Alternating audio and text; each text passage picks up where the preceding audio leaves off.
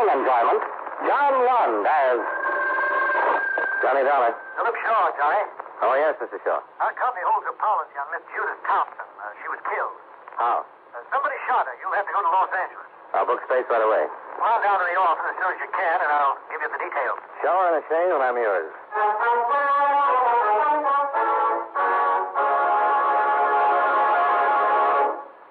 We'll return to our program in a moment. But first, I'd like to say a few words about jamming. And I don't mean Mother's Preserve. During wartime, it has frequently been the practice of an enemy country to jam our radio communications. That is, to cut into our broadcasting with broadcasting of their own so that our radio messages cannot be received with any degree of clarity. There was a time when our civilian radio broadcasts were jammed too, unintentional though it was. As you can imagine, it was quite a mess, and still could be. Can you imagine what would happen today if there was no coordination among our many radio and TV stations? Or if the telephone companies didn't cooperate? When radio broadcasting first began in our country, each station chose its own call letters, power, and spot on the dial. It wasn't long before 2 or 3 stations would try to come in on the same spot, and the poor listener couldn't understand a thing he heard.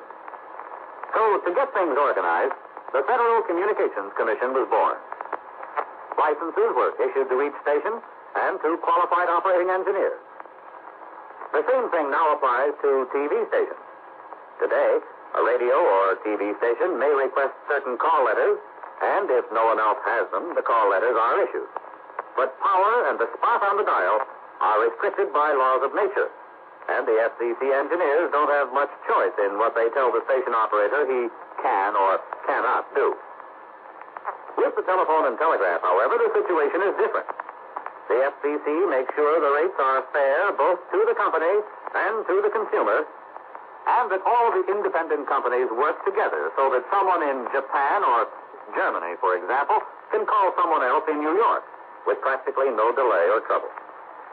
So the next time you pick up a stateside broadcast loud and clear, or hear everything your family says to you over the telephone, just remember that you have the Federal Communications Commission to thank.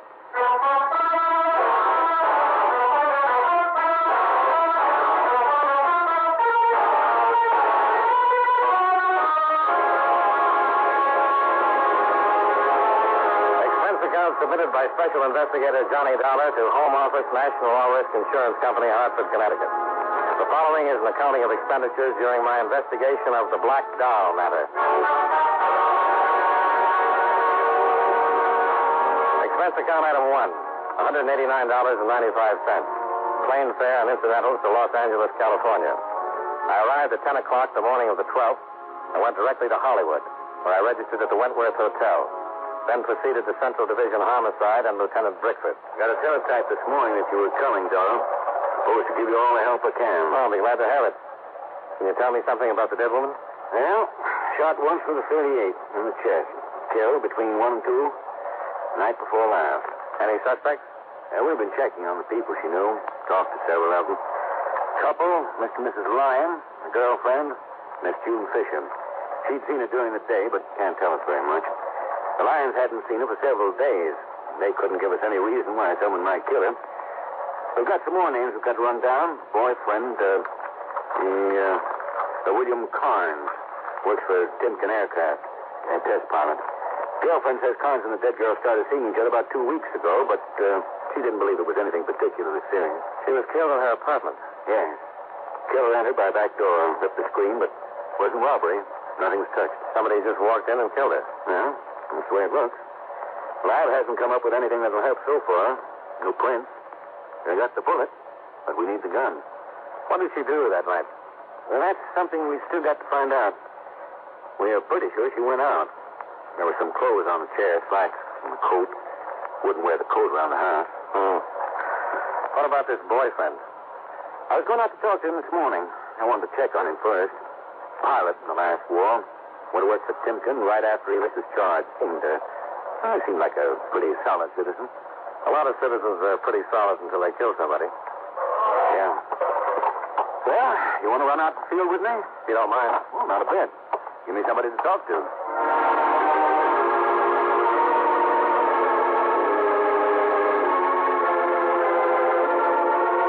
45 minutes later, we were driving through the gate at Timken Aircraft. As we passed the long, low line of gray buildings, I saw a plane sitting on the starting line. A bullet-shaped jet with stubby, swept-back wings. Inside the main building, we were shown into Mr. Rudolph Timken's big presidential office. Oh, come in, gentlemen. Which is Lieutenant Bickford? I am, sir. This is Mr. Dollar. I'm pleased to know you. What can I do for you? Well, we'd like to talk to one of your pilots, Mr. Timken. William Carnes. Bill? Oh, certainly, but I'm afraid you'll have to wait a while. He's just getting ready to take up the XR-200. Is that the jet I saw on the line? Yes, it's a beauty. Oh, thank you. We think it's the best. If you'd like to come out on the field, this test isn't security. The last 2 years we've been under wraps, but since we got the budget out and the Army's given us a contract, would you like to watch? Oh, sure would.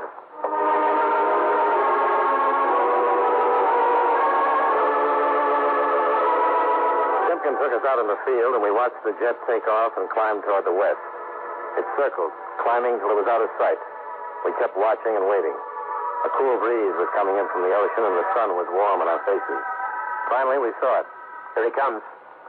Can't even hear him. He's traveling faster than sound. Do you fly, Mr. Dollar? Only when I've got an expense account. How fast would you say he's going? You'd be very surprised, Lieutenant.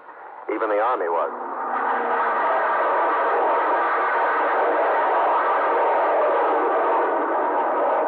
Hey, impressed? Yeah. I'll stick to being a cop. He's in his turn now. Yeah. Come in across field. He's even lower. Here he is.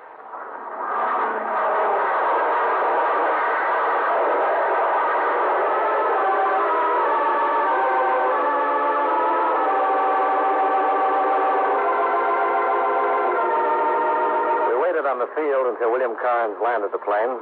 Then we went back to Timken's office. The president of Timken Aircraft gave orders for Carnes to report as soon as he could. And about 20 minutes later, the young pilot was shown in. Timken introduced us and then left. What can I do for you, Lieutenant? Just a few questions.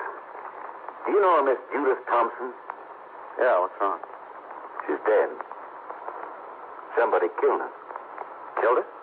Don't you read the papers, Bill? Yeah, well, usually, but I've been so busy the last couple of days. She was killed night before last. What did you do night before last? Stayed home. Any way of proving it? Well, no, I live alone. I just stayed in. You don't think I killed her? You've known her for about 2 weeks, haven't you? Yeah, I guess it's been about 2 weeks. She's a nice kid. Awfully nice kid. Sorry about it. And you stayed home the night of the 10th? That's right. All night? Well, yeah. You'll find out sooner or later. No. I wasn't there. I took her out the night of the 10th, the night I knew she'd been killed. But look, honest, I had nothing to do with it. Why'd you lie about it? Because I'm married. No, we're not living together. We're separated. My wife's living in Chicago now with her folks. Always kind of hoped we'd get back together, but if I got mixed up in a killing... You got mixed up the night you took Judith Thompson out? Look, I was lonesome. Judy was a pretty kid. I saw her about 6 times in 2 weeks. It helped. But I'm in love with my wife. I've always been in love with her. You can understand it, can't you? Sure. The night of the 10th, where did you and Judy go? To the beach. Went down on the pier and played the concession. When did you get home? I don't know. I guess about 11:30 or so. Yeah, somewhere about that time, 11:30 or 12. You go right home? Yeah, right home. That's true. Anything happened during the evening? Anything unusual? Unusual? Anybody following you? No. Did Judy seem nervous or anything? No, she was fine. She didn't act nervous or anything. Okay. Is that all? Yeah, for now. We'll talk to you again. All right, but I sure wish you wouldn't tell the papers. Tell the papers? What about me? Being the one who took her out that night. Would finish me for good with my wife. I wouldn't have a chance. Her family doesn't like me as it is. Why did you and your wife split up? My job. I don't really blame her. It's tough for a woman to sit around the house when her old man is flying new stuff. What am I going to do? I guess I love flying about as much as I do my wife. Just keep hoping she'll understand and... I don't know. It's a mess. Well, we'll see you later. Okay, Lieutenant. Nice meeting you, Mr. Dollar. Nice meeting you.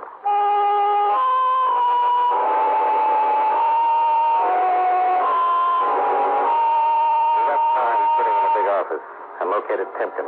We thanked him for his cooperation, then went out to the car. We were about to drive away when Bill Carnes ran out of the building. wait a minute. Yeah. Just thought of something. Yeah? What is it? Well, I doubt if it means anything. In fact, I forgot all about it until just a minute ago. Something about the other night? Yeah. When we were down on the pier on the fight, playing the concessions, I down there had a fight. Fight? Yeah, that's the shooting gallery. I spent about $2 knocking down fights and winning coupons. When I got done, Judy wanted one of the dolls, the plaster prizes. Yeah. This was a big black one, about this big. And the guy wouldn't give it to me. You got in a fight with him? Oh, darn near. I bought enough coupons for the doll, but he said it wasn't a prize. And I said, what have you got it up on the shelf for? Judy wanted it, so I finally made him give it to me. Really had to fight him for it. Hey, it wasn't so much the doll, it was the principle. I hate to be had like that. No. I know it isn't much, but it was kind of strange. But of course, I don't know what it could have to do with Judy. Well, you never know. Does she take the doll home with her? Well, yeah, sure. And a lot of other things, kind of junk. Okay, Bill. Thanks a lot. Sure. See you later. Yeah. Bye. Go on.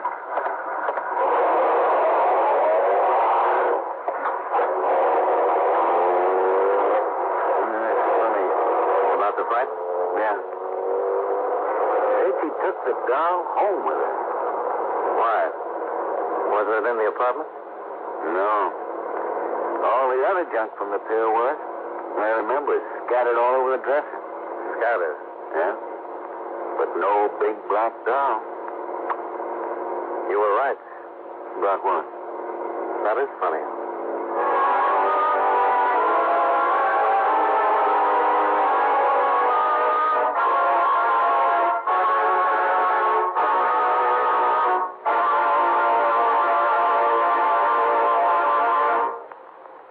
Many great men have attained the highest office in our land, the presidency of the United States. Can you guess the name of this man? According to historians, no other single man ever did as much for a country as this president did for the United States. After a brilliant military career, he was called from retirement to preside at a federal convention in Philadelphia, where he was unanimously chosen president. He was also unanimously reelected for a second term, but refused to run for a third. Although a Federalist, he named a man from another party, Thomas Jefferson, as Secretary of State. If you don't have his name by now, here are two more clues. During his presidency, the cotton gin was invented, and the first census was taken. Who was he? George Washington, first president of the United States. His life is part of your American heritage.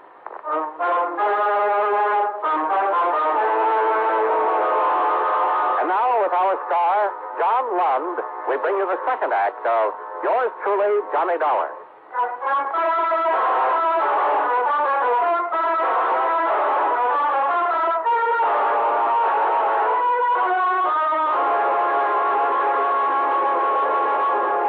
Lieutenant Brickford drove across town to the dead girl's apartment just off Franklin Avenue in Hollywood. A uniformed cop was still staked out at the door. He gave Brickford a casual salute as we let ourselves in. Yeah, body was here. Shot from where? From over here. The position of the body and wound puts the killer somewhere in this area here. Which way is the back door? Through there. And here's the stuff on the dresser. Uh-huh. Everything you'd win at an amusement pier. Everything but a big black doll. Why would a plaster doll be so important? I couldn't even guess. Well, it's the only lead you've got so far. You want to check it, I suppose. Concessions on the pier open around 6. You got any plans for this evening? I'm with you. Let's go talk to Bill Carnes again. I think it'd be a good idea if he came along with us tonight.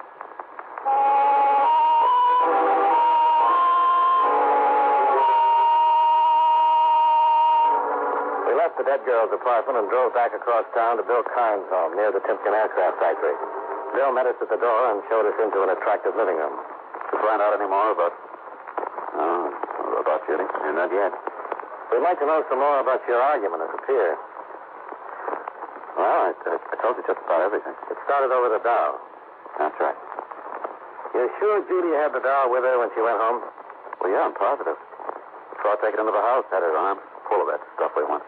The doll was the biggest of the bunch. You can't remember anything unusual about the doll? Unusual? No? No, it's just a big black doll about this big, holding an ashtray. You'd know this guy again? Oh, sure I know. He runs a concession. At least he was the only one there. Well, can you go down with us tonight? To the pier? Yeah. Yeah, sure. You think the argument had something to do with Judy getting killed? We don't know. But that black doll wasn't in her apartment. It wasn't. Well, I saw her take it in with her.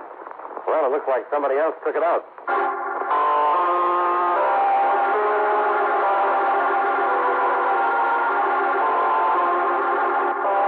Expense account item 2, $14.55. Dinner for Brickwood, Carnes, and myself. A short drive later, we pulled into the big parking lot on the amusement pier. As we got out of the car, the roller coaster reached the top of the first dip high above us and started down.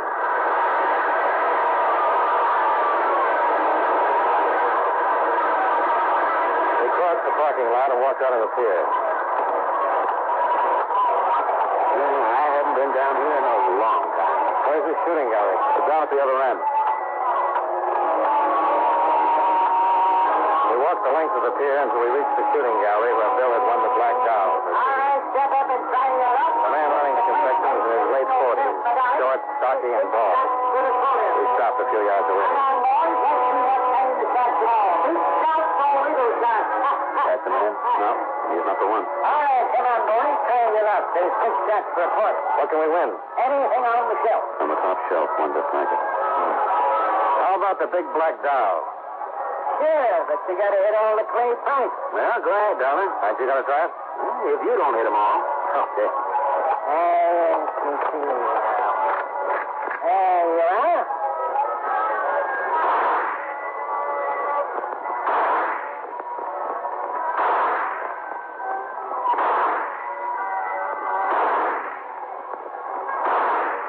Hey, that's good shooting. You must have been in the army or something. You really knocked them down. Say now, boys, how about another round? No, I'll just take the doll. Sure, how about you boys not going to let him show you up now, are you? He already did. Another round and you can win a cup and a cigarette. Just the doll. Okay. There you are. The way you shoot, you could win anything I got here. Say, you the only man who runs this place? Yeah, right. You weren't running it 3 nights ago. What do you mean? I saw a guy, younger than you, nasty disposition. He was here then. Oh, you mean Charlie? If that's his name. Yeah, he just works for me. Where is he? Why, that's an examination. We just want to know where he is. Oh? Are you a cop? Why? Well, hey, you act like a cop.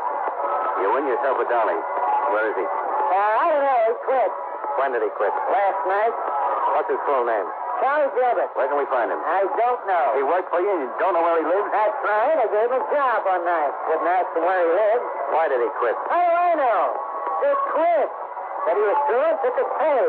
Ain't nothing illegal about that, is there? You ever been arrested? Me? You. No. I want you to tell me everything you know about Charlie Gilbert.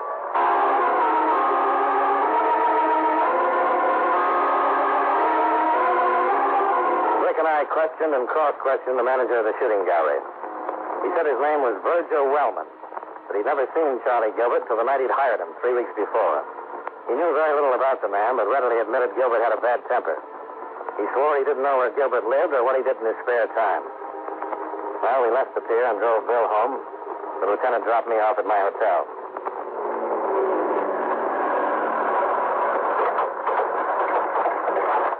Oh, thanks.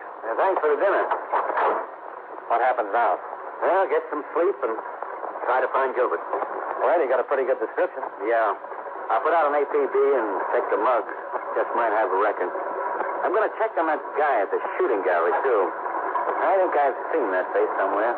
What are you going to do with the doll? Have the lab look it over? Bet you don't find anything. Then I'll give it back to you. You want it. Gee, thanks. It's just what I always wanted. It's nice. Good night.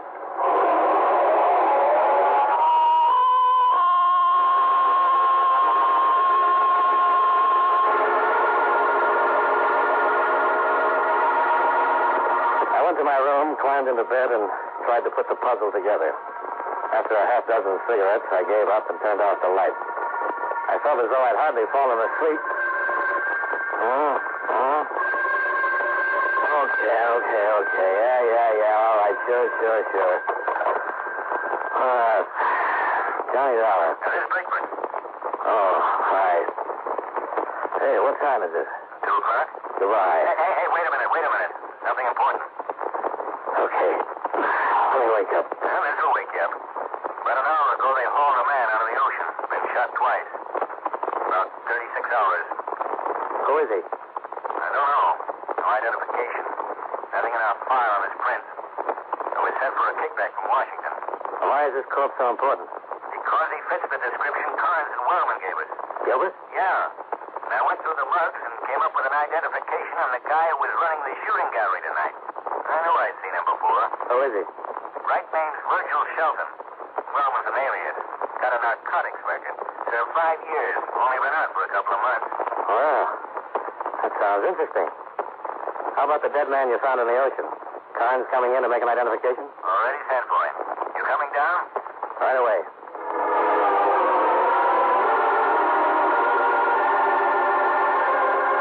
Expense account item 3, $2.60 cab fare to the city hall, where I went directly to homicide and Lieutenant Brickford. Carnes had not yet arrived, so Brickford showed me the mug and record on the shooting gallery owner, then took me down to the morgue. The man they pulled out of the sea certainly fitted the description of Gilbert. Shortly afterward, Carnes was shown in to make the identification.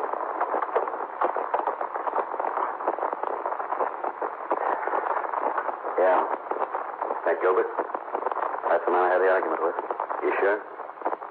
Yeah. I'm sure. Lieutenant, he said he'd been dead about 36 hours. Close. And he was killed shortly after the girl was. Yeah. Here's the kickback we were waiting for, Dollar. Prints on the dead man identify him as Frank Sidney, alias Charles Sidney, alias Sidney Gilbert. Alias Charles Gilbert. Yeah. FBI wants him, narcotics friend. Well, it sure gives him something in common with the guy at the shooting gallery tonight. Let's take another ride down to that pier.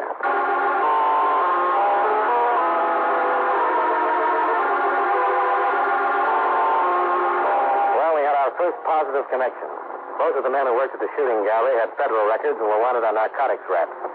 Now all we had to find out is why the girl was killed, who did it, and how did the missing black doll figure. Brickford told Sergeant Hardy to take Carnes home. Then we went down in the garage and climbed into the lieutenant's car.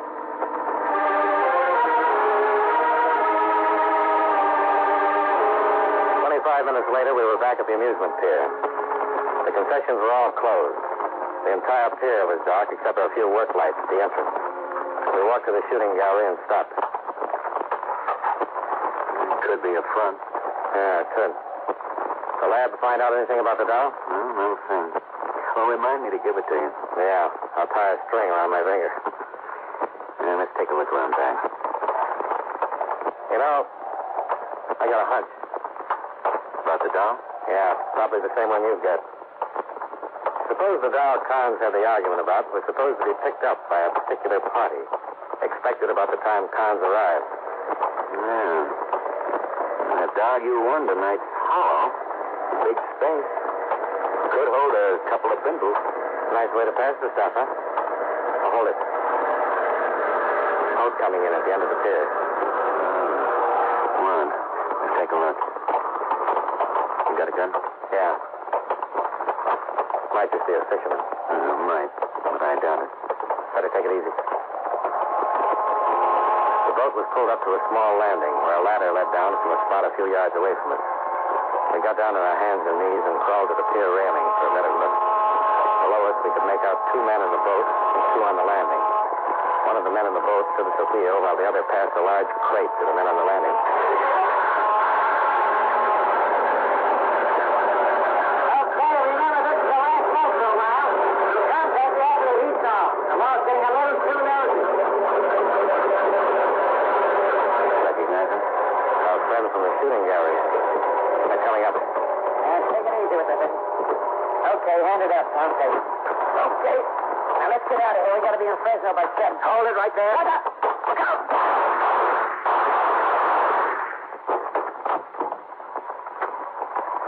You okay? Yeah. Oh, this one's dead. Virgil's still with us. Yeah. Take his gun for a second. I want to look in that box.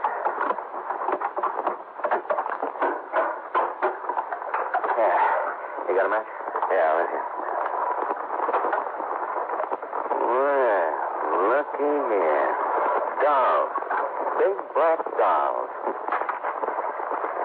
And look what's inside.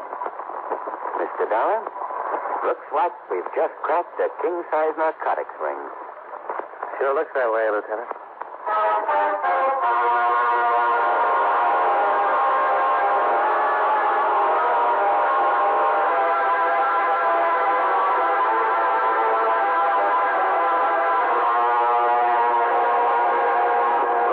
Lived long enough to tell us the whole thing. Once a week, one of the big black dolls was passed through a pickup. The night Carnes had the argument was one of those times. Gilbert knew he couldn't take a chance on a fight that would bring the police, so he gave Carnes the doll, closed the shooting gallery, and followed. Judith Thompson surprised him in the act of stealing the doll, and he had to kill her. Virgil Wellman knew Carnes would be able to identify Gilbert, and with a murder, the police would be sure to investigate. So he killed Gilbert and dumped him off the pier.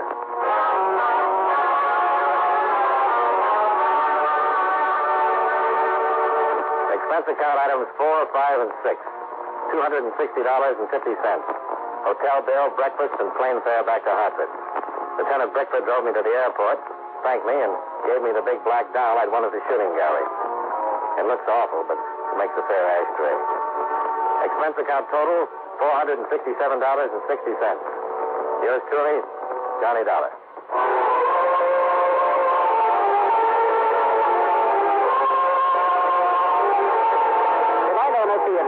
You've been listening to some of the best in radio drama with the Prince and Johnny Dollar. Be sure and join us again tomorrow night at the same time, 9:05, when Ep172 presents My Favorite Husband and the Great Gildersleeve.